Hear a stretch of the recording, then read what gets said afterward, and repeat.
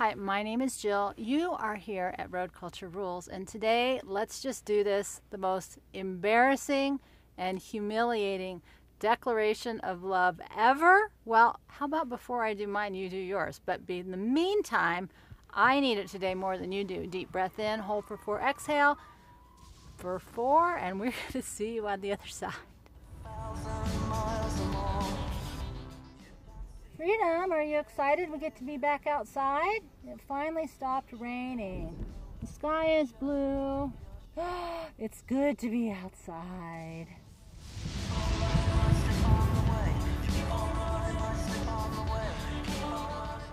So yes, little tiny bit of a clickbait title. 2, not exactly. And the reason I wanted to talk about that today is some of the stuff I study, some of the spiritual material I study, talks about how we are embarrassed by love. And, you know, it got me thinking about that and how difficult it is to declare our love, and how part of this lifestyle, you know, I've really just has allowed me to open up in a way where there's just a lot going on in here. And you know, I can gush all over the dog. I can gush over the baby cows.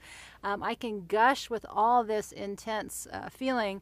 But, you know, we live in a world where we're afraid to say, I love you. And we sort of just tag that on to the safe places. And so often those safe places are our romantic partners. They're our kids. They're our pets.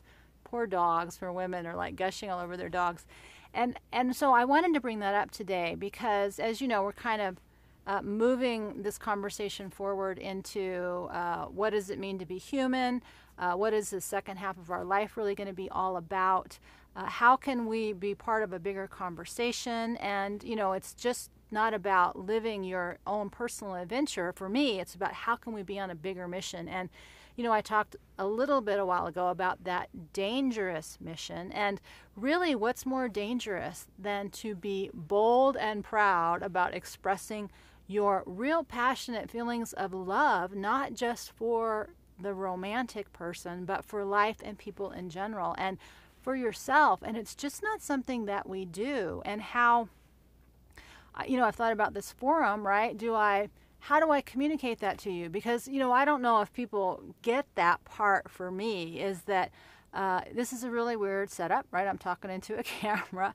It's easy to talk about something. It's difficult to talk to someone that I can't really see, but I just have all this tremendous powerful feeling inside that is, you know, for lack of a better term, it's just this huge feeling of love. And one of the things I've noticed about the people that I admire most in the public arena is that they're willing to look stupid, they're willing to embarrass themselves, they're willing to be humiliated to create a bigger goal. Sometimes that's just fame and success. Obviously, that's not what I'm after here, but I don't know how else to do it other than to emulate their footsteps in front of me and to just sort of do that here and now about how much there is inside that I want to communicate out in this medium. I don't even know how to do it. And we're so afraid of looking silly and we're so afraid of looking stupid.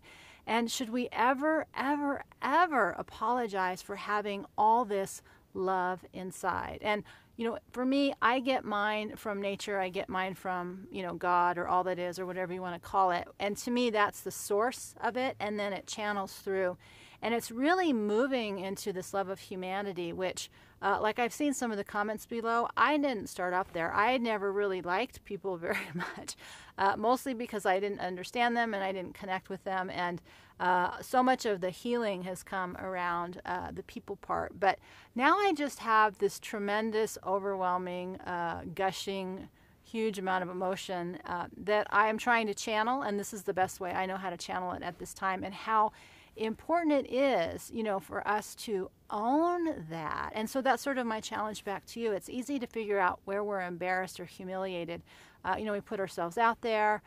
You know, animals are safe, little children are safe. I think about all the fathers and sons who go their whole lives and they never even say those words to them, and how often that's the one thing that we want to hear. And I think for men it's hard to be vulnerable in that way, and for fear of rejection. And how, you know, as we talk more about this, I'm really interested, you know, in this war on men and how the conversation is evolving around that. And, the short thing I will say about that is it's not about blaming women for being, or society for this war on men.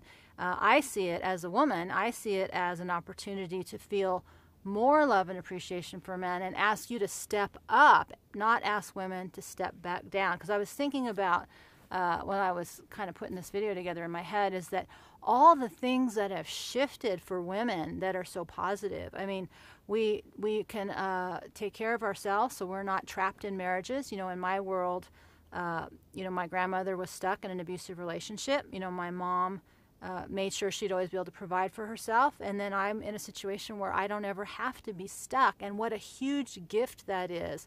When my mom was trying to leave, she couldn't even get a car loan. You couldn't get a credit card. You couldn't even take care of yourself because the system did not allow single women to function very well out in the world.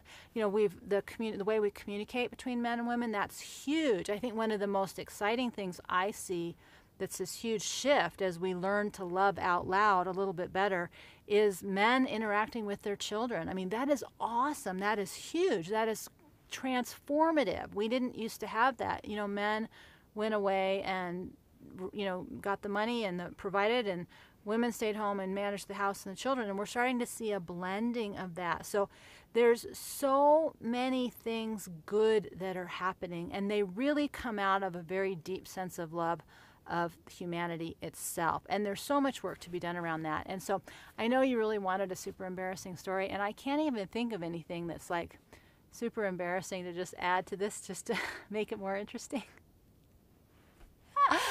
I'm sure I've done something horrible and embarrassing. I think the worst thing I used to do is I still do that. I write big, long, not like I used to when I was in my 20s, big, long letters, pre-email. Thank God there's no physical evidence of my social media in the 20s. It would have been horrifying. But I've always been too much feeling, and it's always been about me trying to dial it back, and how what's happened to me, that's what I call going wild. What's happened to me living like this is it's allowed me to access this just tremendous deep well of love and appreciation. And I know that doesn't make people comfortable, and they don't feel like that's valuable. And even, Jordan Peterson talks about how suffering is important. And suffering's only important to let you know there's something that's not right. You need to work on the suffering to get over it, to get past it, to get beyond it. Because there's a difference between a deep well of love and appreciation versus trying to chase pleasure and happiness. And so to me, there's a big separation there.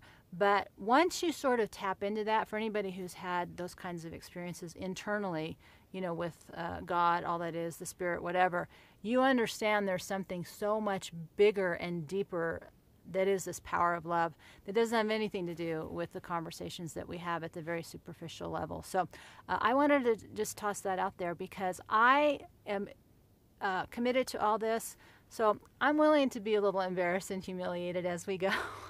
But that's my question for you today is this, are you willing to just profess your love? And it doesn't have to be with words. I think we do it most with our actions because we can say whatever we want. It's just if we show up.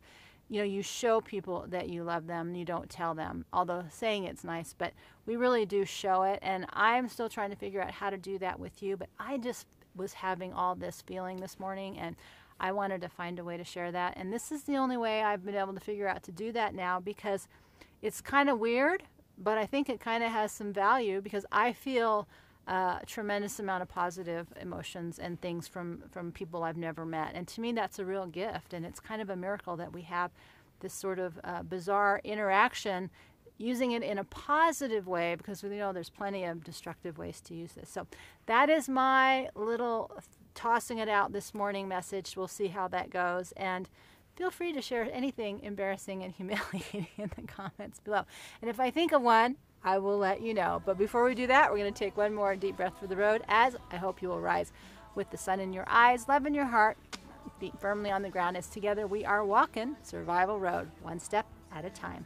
Live free and die wild, my friend. I will see you next time. You could aim for perfection, but keep it close or you'll lose yourself.